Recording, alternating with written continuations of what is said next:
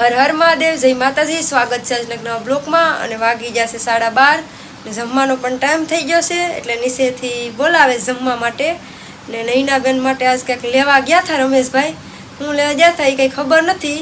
નીચે જાય ને પૂછીએ પછી ખબર પડે કે હું લાવ્યા કંઈ હતા લેવા જવાના. એટલે આપણે કંઈ ખબર નથી. હું ના ગયા હતા સવારમાં ને આવી ગયા છે. જમવાનો ટાઈમ થઈ ગયો ને વાટે છે બધા. અમે જાય છે નીચે જમવા માટે. જઈને જોઈએ ને પૂછીએ કે હું લાવ્યા. તો આપણે નીચે આવી જશે જમવા માટે. બધા જમવાની વાટ જોઈ જઈને બેઠી જશે જમવા. હવે જાય ઘરમાં જઈને જોઈએ કે હું બનાવ્યું. આપણે તો આજ કાંઈ રસોઈ બનાવવામાં નહોતા. અમારા બાએ એકલાય બનાવી નાખીને આજ પણ મોડા ઉઠ્યા હતા. આપણે આઈટમ છે જમવાનું હું બનાવ્યું જોઈ લે. જમવામાં તો જો ખોટા ગવાર છે ને રોટલા છે. જો બધા જમવા બેઠી જશે. હા ને નેહા અને ધાર્મિક ને રમેશભાઈ ફરાર છે. આજ શનિવાર છે એટલે નૈનાબેન હમણાં 2-3 દિન રજા છે એટલે હમણાં ઘેર જોવા મળશે. જમી રહ્યા. તમારા માટે હું લઈને આવ્યા? જય માતાજી બધાને. કાલ છે ને ઓલાની હાથે એમને દી મોબાઈલ પડ્યો ને એટલે પૂરો થઈ ગયો, ચાલુ જ થતો હતો. તે આજ આ ગયા ને ઉના તે બાપ દીકરો લઈ આવ્યો.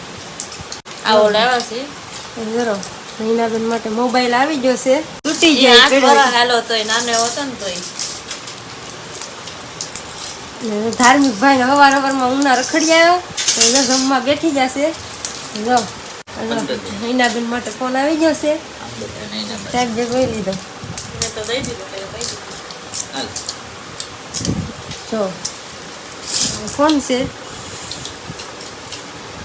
જો વાડી આવી જશે 4 કે 4:30 થઈ જાય એવું. ખડ લેવા આવ્યા. વાસળી છે ને આપણે પહેલાં તો આવતી ને આપણી ઘેર, આપણે હવે લઈ આવ્યા એને ને બાંધી દીધીશ. એટલે વરસાદ શરૂ હતો પહેલાં તો બપોરનો. કેટલા વાગ્યા છે 1 જેવું વાગી ગયું. 1 વાગ્યાનો શરૂ થઈ ગયો હતો તે 4 વાગ્યા સુધી વરસાદ રહ્યો. જરાક સાટા રહ્યા છે એટલે અમે કે ખડ લઈ આવીએ થોડુંક. મહાદેવ હર ભાઈ સવારના વિડીયોમાં તો નહોતો પણ 4 વાગ્યા છે અત્યારે ને દુકાને બેઠવાનું હતું. વરસાદ છે ને ભાઈ સારો એવો થઈ ગયો છે અને કપાને બધાને મજા આવી ગઈ ને એવો વરસાદ થઈ ગયો. ખડ પૂરું થઈ ગયું હતું તે 2 કોળી લઈ જાય વાસળી હાટું. એક જ ખાલી વાસળી છે એટલે કાંઈ વધારે કંઈ નથી લઈ જવાનું ખડ.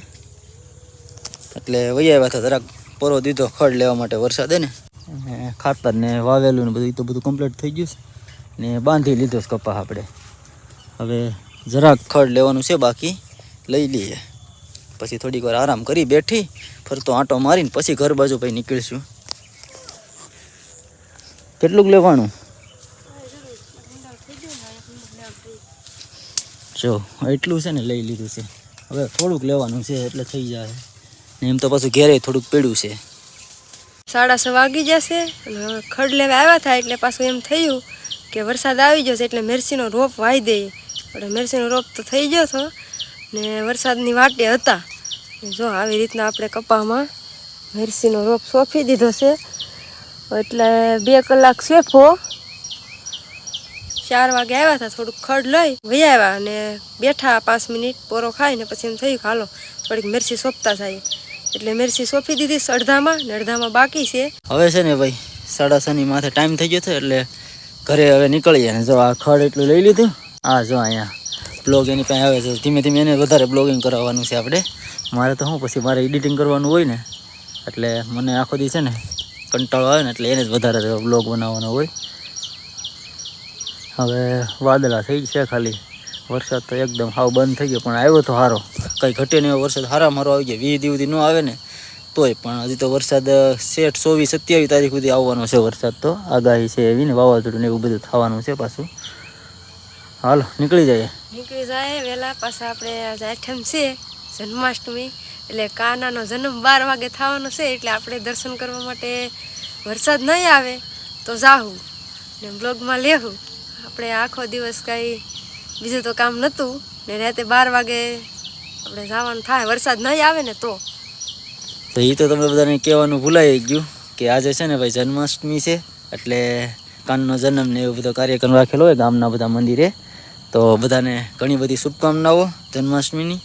અને હવે ઘરે જઈએ, મોડું થઈ જશે નકર રસોઈ પાછી આને બનાવવાની હશે ને એટલે હાલો નીકળી જઈએ.